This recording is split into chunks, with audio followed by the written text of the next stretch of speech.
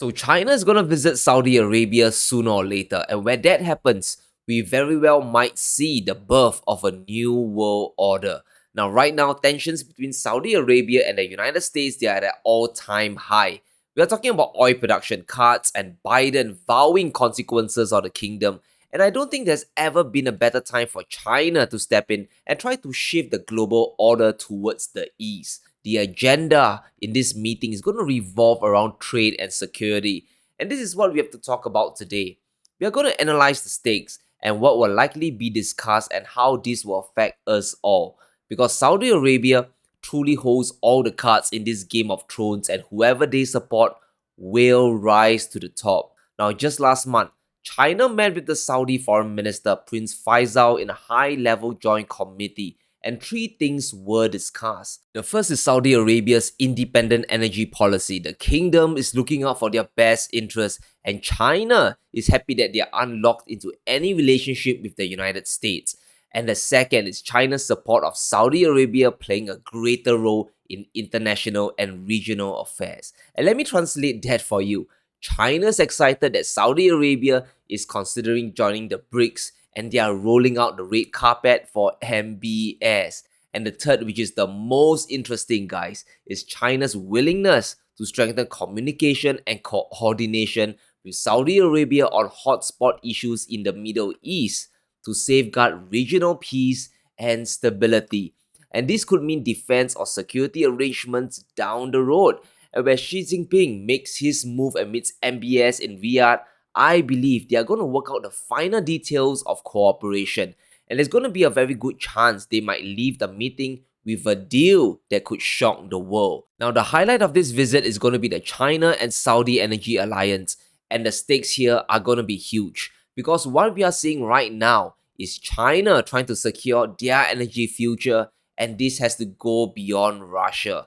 Right now, China is buying a lot of oil from Russia, increasing their supply by 22% in September this year.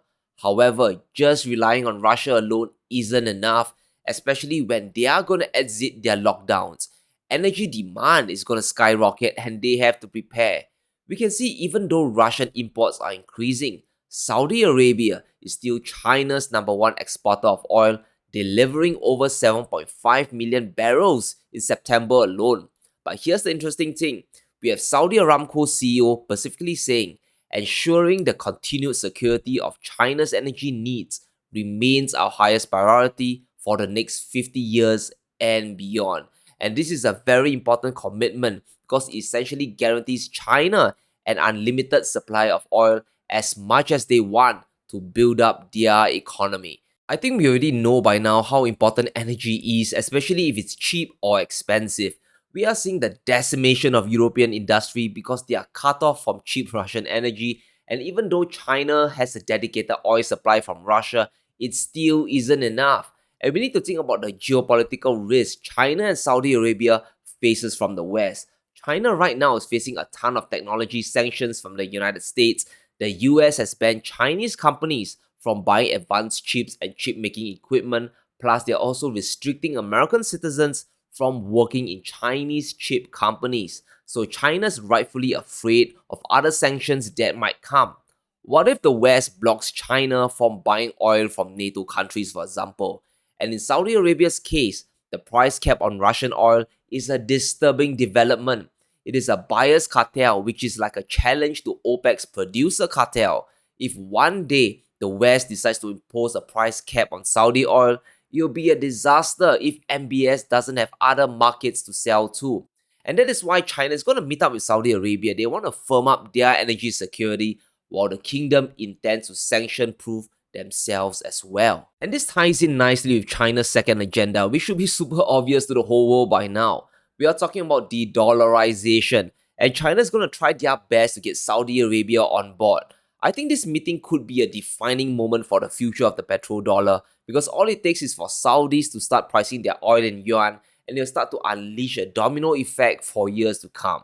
Now, since March, the kingdom is still considering China's latest proposal to accept yuan for their oil sales, and this trip could seal the deal. Now, we have China already paying for Russian gas in rubles and the Chinese yuan, So it makes sense they will push for bilateral trade with Saudi Arabia, and the key here is to bypass the US dollar and internationalize the Chinese yuan. For example, China's ZPC refinery just signed an oil deal with Saudi Aramco for almost 8 million barrels of crude oil. Now, the deal is worth around 5.3 billion yuan, but is most probably still being settled in US dollars. And this is what China is trying to break, and it is not a stretch to believe it could happen soon. Because if it does, it's going to be very disastrous for the US dollar long term. We need to understand that the US economy has seen tremendous growth thanks to the dollar being the reserve currency. And because oil is priced in dollars, this fits into a powerful cycle that increases the use of dollars. Dollars get to circulate more and countries stockpile them and feed them back into US treasuries as investments. And this is keeping borrowing costs for the US low. We can see how the 10-year yield has been getting cheaper and cheaper over the past 4 decades. And it's not just the US government that can easily conduct deficit spending, but private companies can also borrow money to grow faster than foreign companies. And this is key. So if the petrodollar system breaks, we're going to see a cascading effect that will eventually affect the US bond market, drop treasury demand, and raise borrowing costs. It could take years or even decades, but it will happen if Saudi and OPEC starts accepting other currencies for their oil. Because other countries, they will jump on this chance and they will start flying to Riyadh to discuss new currency deals, right? They will get to diversify their risk and de-dollarize as well. Now, Saudi Arabia has expressed interest to join BRICS, and there will likely be a point of discussion when China visits as well. But we need to understand why Saudi is heading east, and it all has to do with oil sales. It is mainly a business move, guys. Saudi Arabia cutting oil production with OPEC is a business move, and them heading east is about securing their financial future. And there's a reason why MBS is planning a tour around Asia, adding countries like India and Thailand to his list. He is shoring up support from the east, especially when it comes to oil sales. Asia is the biggest buyer of Saudi oil exports, and the biggest customer is China, importing almost 2 million barrels a day from the kingdom. Plus, if we take a look at Saudi Arabia's top trading partners, India and China alone represent more than 55% of their total trade. So it makes total sense that even if Western sanctions hit the Saudis, if their Asian partnership is strong, they will survive. And that's why it wasn't really surprising that MBS expressed his desire to join BRICS, because it is already a huge economic trading partner with the kingdom. And now there have been a lot of talks about a new BRICS currency coming up, right? But whether that materializes or not will have to depend if Saudi Arabia is on board. Because if Saudi Arabia is willing to trade their oil for this new currency down the road, it is essentially setting up a pseudo petrodollar agreement for BRICS. The BRICS currency can now truly internationalize and become more of a reserve currency like the dollar. And it's all about the usefulness of a currency. And that's why even today the yuan or the rupee alone doesn't have enough firepower to become a reserve currency just yet. The US economy is still the biggest in the world. And this is why President Xi's visit to Saudi Arabia is just so important. It could be the first step in developing a new Eastern reserve currency that is backed by oil, a new Asian petrodollar if you will. And the journey to that point will take time, and it will most likely start with bilateral trade deals outside of oil. Saudi Arabia could start trading more of Asian local currencies instead of the dollar when importing and exporting non-oil products. And this brings us to the overarching move to break away from the collective West. And for Saudi Arabia, this is a move to diversify away their risks just in case they get on the wrong side of the US. There's still the no-pack bill floating around like the sword of Damocles. That could open a whole can of worms for Saudi Arabia and their companies in the US. For China, it's more about planning a counter move to the US and trying to chip away at the dollar's reserve status. They ultimately desire to dethrone the dollar and set up the yuan as a competing currency. And this is where things get really interesting. We are seeing Saudi Arabia and China working together to rescue Pakistan, giving the country $13 billion worth of funding. Plus, there are reports that both countries, Saudi and China, are about to finance a $10 billion oil refinery deal in Pakistan. And this tells us two things. Saudi Arabia is working closely with China to build stronger ties around Asia, diversifying their energy investments across the region. The deal with Pakistan is both a goodwill gesture and a strategic move to ensure energy security for the region. And as investors, we have to watch how this meeting plays out because it could be the start of a power shift in the world.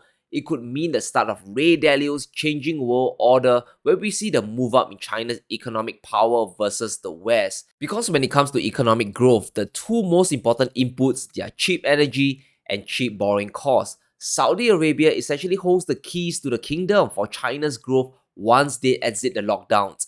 Many analysts, they are expecting China to reopen after March next year, and when they do, the demand for oil and gas will skyrocket. And that's why this meeting is going to happen sooner or later. Now, China, like the rest of the world, they are suffering from a currency devaluation because of the stronger dollar.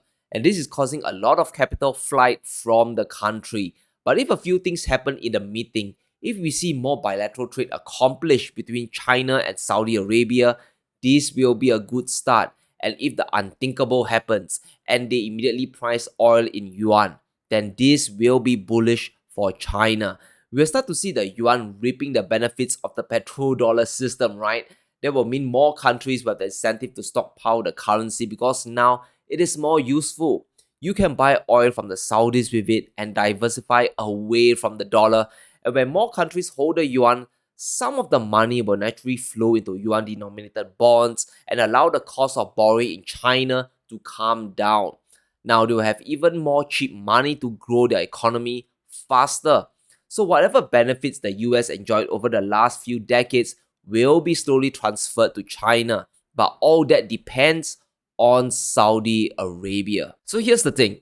As long as the petrodollar system is still in place, the US markets will likely continue to outperform the world once this crisis is over. We're already seeing major currencies crashing because the demand for dollars is still very strong. However, all that can start to change in this meeting between Xi and MBS. And going forward, we are going to witness a battle between commodities and the financial system. 2023 will likely be focused on a battle for oil and the future of the reserve currency. Ukraine is slowly going to fade into the backdrop, and the situation in the Middle East will become the main event. And in a speech, Putin once said the economy of imaginary wealth is being inevitably replaced by the economy of real and hard assets. And this is becoming very true as we move towards 2023. We are seeing cracks in the Western system, especially in Europe when it comes to their energy leverage. Without cheap Russian gas, their inflation is soaring and their industries, they're getting crushed. And that's why we recently saw Olaf Scholz visiting China. He wants to access cheap energy inputs in a country. And this is exactly why China is going to visit Saudi Arabia. Because whoever controls the energy inputs today essentially has the power to shape a country's destiny. Saudi Arabia is the kingmaker. They helped the US become number one back in the 70s, and if they help China secure their energy and trade oil for yuan, then China's growth is virtually guaranteed. So let me know what you think in the comments below. What will happen during the China-Saudi meeting? Will oil finally be priced in yuan? Let me know in the comments below. Stay safe, be sure to smash the like button and subscribe as we navigate through these crazy times.